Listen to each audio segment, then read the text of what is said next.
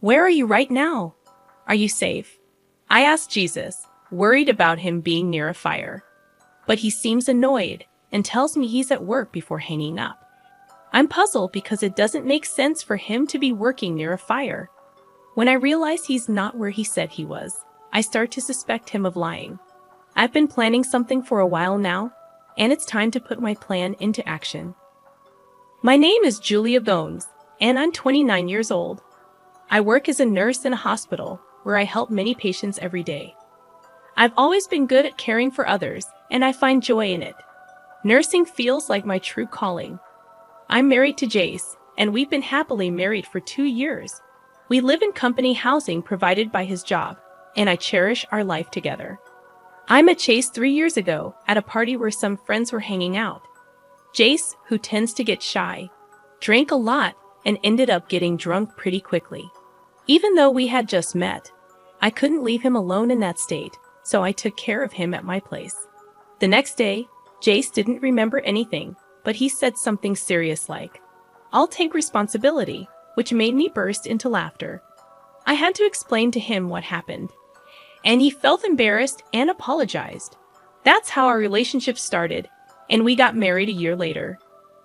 Now, as we're nearing our 3rd year of marriage, we haven't had any kids yet, but I believe we can create a loving family together. Lately, Jace has been really busy with work, especially on weekends, and he often comes home acting distant. Even when we're relaxing together on the couch watching TV, he's always glued to his phone, sighing a lot. At first, I wondered if I did something to upset him, but I couldn't think of anything. As time went on, I started to worry about his health, so I began researching balanced meals and cooking healthier meals for his lunches and dinners. That day, my hospital had 2 shifts, day and night. I was supposed to work the night shift, but a colleague asked me to switch to the day shift, so I did. I meant to tell Jace about the change, but I ended up telling him on the day itself. I messaged him, saying, "I'm working the day shift today, so I'll cook dinner and wait for you," but he took a while to reply. Normally, he'd respond quickly and even use emojis, but lately his replies have been short. I wondered if he was just busy or if this was normal after being married for 2 years. Feeling a bit lonely, I rushed home after work to cook a good meal again. Cooking went really well today. I took a quick photo of the meal and posted it on my cooking account on social media. I enjoy cooking for Jace, but sharing my cooking on social media has become something I like too. A few minutes after posting, I got a notification, a comment from one of my cooking friends. I've been chatting with someone I met through my cooking account on social media lately. It's nice to have a connection outside of work, and it makes me happy. While I was chatting online, Jace came home from work. I quickly reheated the food I made and said, "Welcome home. Dinner's ready. Was your day busy again?" "Thanks, yeah, I guess I am. I'm pretty tired," Jace replied, changing into his comfy clothes and sinking into his chair, looking exhausted. I brought the reheated food over to him. "Yeah, a colleague needed my help with something urgent. Sorry I didn't tell you earlier," I explained as I sat down at the table to eat. "Let's dig in." "It's okay. It was last minute, but just let me know sooner next time. Sometimes I make plans to hang out with coworkers," Jace said. "Ah, got it," I replied, noticing Jace hadn't been eating much. "Is the food not to your liking? Did I mess up the flavors?" I asked, concerned. Jace stopped mid-bite and looked at me with an awkward expression. "No, it's not that. I just don't feel hungry right now." "Sorry, I'll save it for breakfast tomorrow," Jace said, forcing a laugh. "Thanks for cooking, though." He stood up from the table and headed towards the bathroom, leaving more than half of the food untouched, just as I suspected. I followed him to the bathroom. "Hey, are you feeling all right? You haven't seemed yourself lately. I'm worried about you. Maybe you should see a doctor," I suggested. Jace, brushing his teeth, rinsed his mouth and chuckled at my concern. "I'm okay. Maybe I just need to get back into exercising. I'm going for a walk now." "Okay," Jace said, straightening himself up and quickly making his way to the front door. "I'll be fine," he reassured as he declined my offer to join him. Even more worried, I decided to secretly follow him outside, just in case he needed help if something happened. Though that's what I told myself, deep down, there was another worry brewing in my heart. To my surprise, Jace walked briskly and stopped at a park not far from our house. He looked around and appeared to be texting someone on his phone. Soon, a white car pulled up, and Jace approached it. He exchanged a few words with the person inside, a young woman with long curly hair, giving off a flirtatious vibe.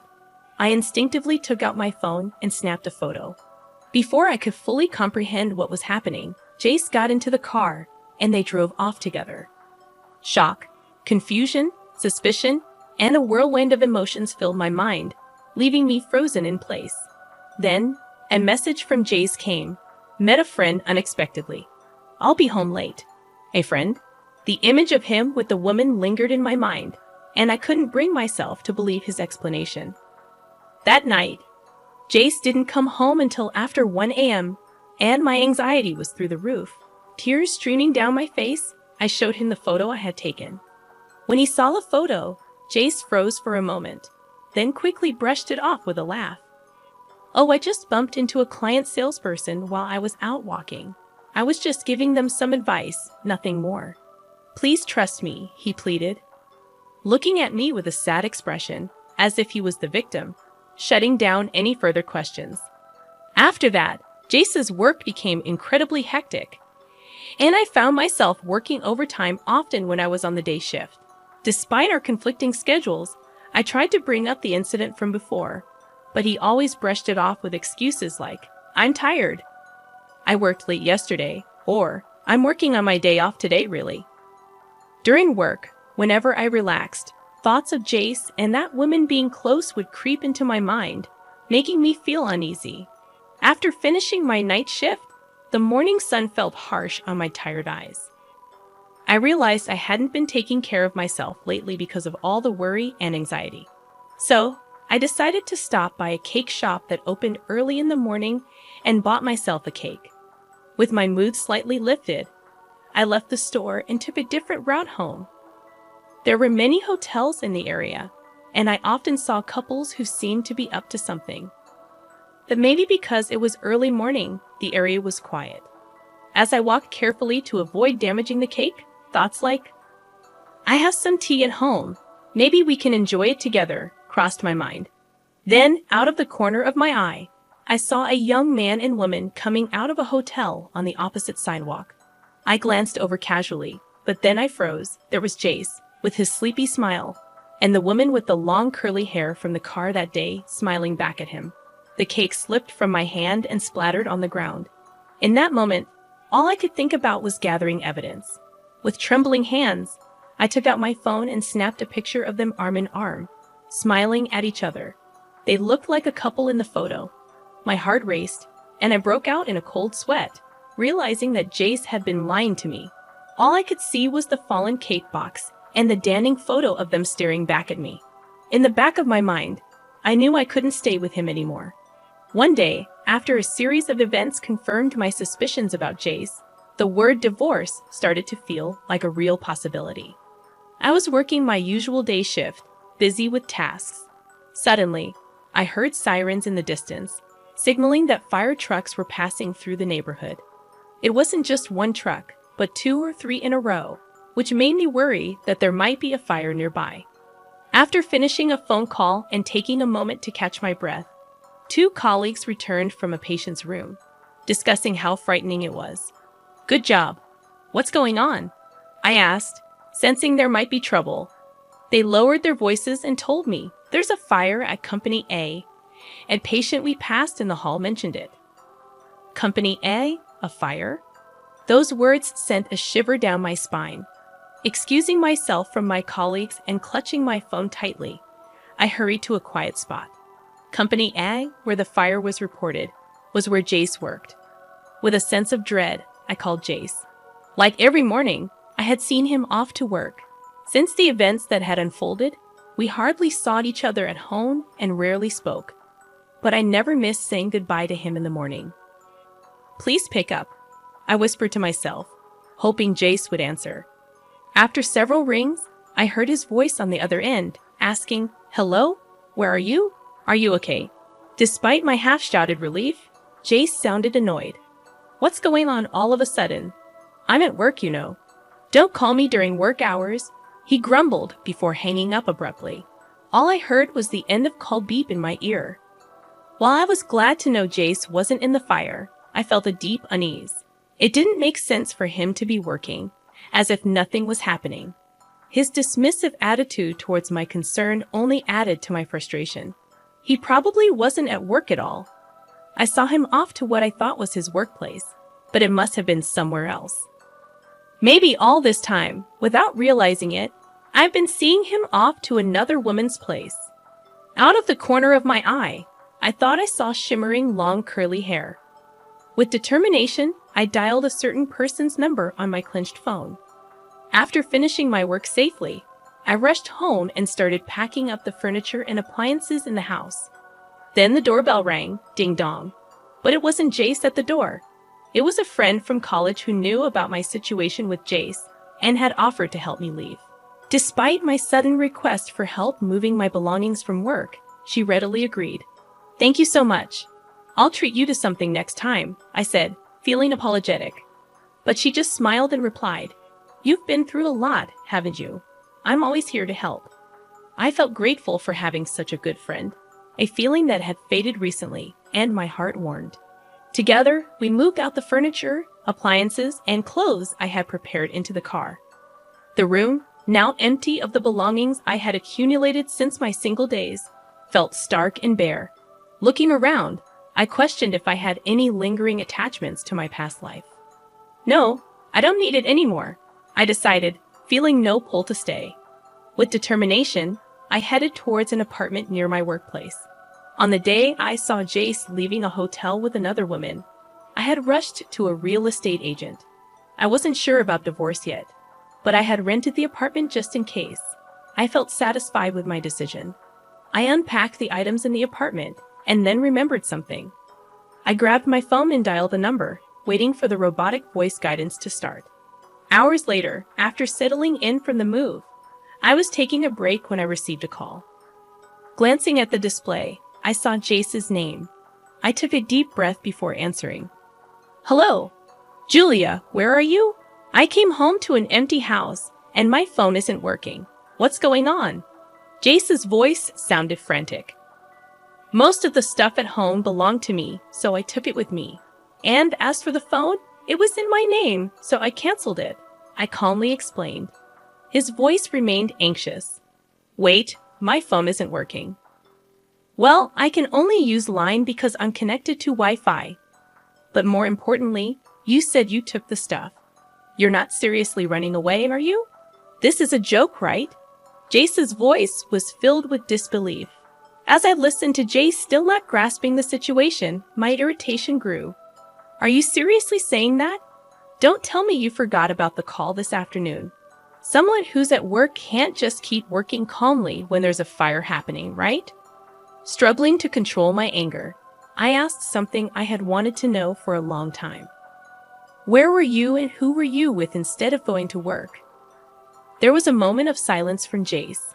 Then, reluctantly, he began to speak. "Look, the story about bumping into a female client while walking, it was a lie. The truth is, she's a colleague from work, and I was at her place today." "What?"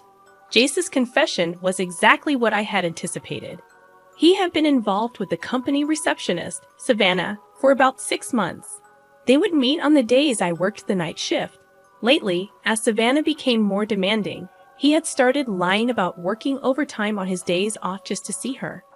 Today, they had both taken paid leave and spent the day at Savannah's house. They only found out about the fire when Savannah's phone rang with a call from their office. After confessing everything, Jace pleaded over the phone, "I want you to forgive me." What a joke, I thought bitterly. "I'm glad to finally hear the truth from you, Jace," I said. "Despite our short marriage, I have been trying to build a good family life." Jace tried to interrupt, but I didn't let him. "I want a divorce because of your infidelity. Let's handle the details through our lawyers. Goodbye." Afterwards, the fire at Company A made headlines in the local news, becoming a big story. When I saw the news, I was stunned. The culprit behind the fire was none other than Jace's mistress, Savannah. Early in the morning, Savannah sneaked into the company's conference room, pulled a thread from the edge of a curtain, and lit it with a lighter. The fire spread quickly, burning down the conference room. Thankfully, the building itself suffered only minor damage. Surveillance footage clearly showed Savannah as the perpetrator. As for her motive, Savannah claimed that the married man she was dating wouldn't divorce his wife, and even her threats of exposing their relationship had no effect. She believed she had to do something drastic. Honestly, I couldn't understand why anyone would commit a crime just to be with Jace. However, according to Savannah's colleagues, she often complained about feeling lonely. Perhaps she envied the married man who seemed to have it all, thinking that being with him would fill her own loneliness. Thinking about it, I realized that feeling lonely even when you're with someone else is far more painful. Since discussing divorce with Jace, we hadn't been in direct contact, but our lawyers were handling the proceedings. Meanwhile, I heard about what was happening at Jace's company. After the fire, Jace, who was unaware of what had happened, was shocked to learn the truth from the company's general affairs representative. Savannah was arrested immediately, and news of their relationship spread rapidly throughout the company.